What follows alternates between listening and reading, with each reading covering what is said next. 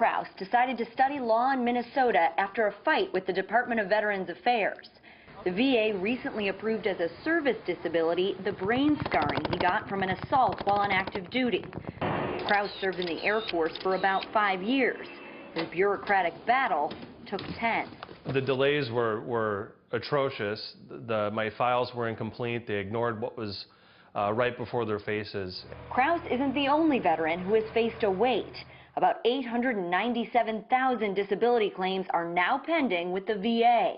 And almost 2/3 of those claims have already been in the system for more than 125 days. That's the agency's target processing time. Well, we have veterans who've been waiting for years.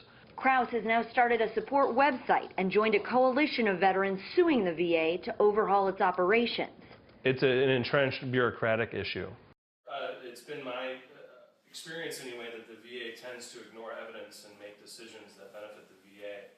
When it comes to benefiting the VA, what I mean is basically that they're trying to save taxpayer dollars. And so what they do is they will essentially ignore evidence and state anything that they can that will keep the veteran from getting the benefits that they're actually deserving of. So what I mean by that is you can go into a doctor, you can go in and bring in additional evidence, you can do anything that you need to do to document your claim in a way that's honest and forthcoming, and the VA will literally ignore that evidence. And what's unfortunate about that whole experience is that not only are most of us as veterans trusting of the government because we've been trained to be trusting of our government, but in addition to that, the VA seems to capitalize on that trust by making decisions that ignore the law. Were you trying to get compensation and it was just being denied, or did you also find a lag time in response? What were some of the obstacles that you faced? Sure. I mean, the documentation component was huge, and this is relating to disability compensation. The delays were atrocious. My files were incomplete. They ignored what was right before their faces. And as far as the delays go, I mean, it took me 10 years to get my claim through the system fully. And so I had to continue to keep appeals alive on my own. I couldn't find attorneys to help at all.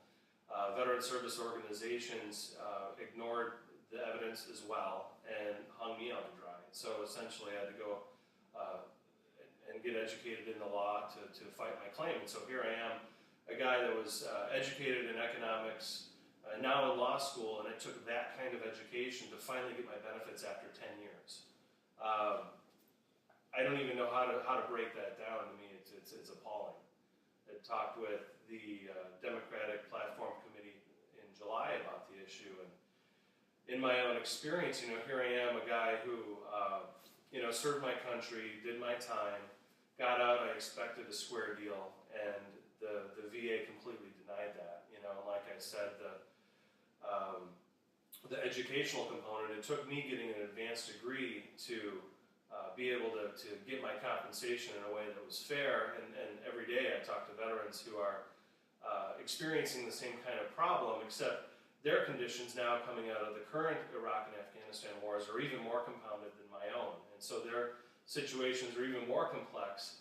And the VA has become even more adept at being able to deny these claims. And so they're becoming more sophisticated within the VA and withholding benefits from these folks, as well as the DoD. They're both doing it.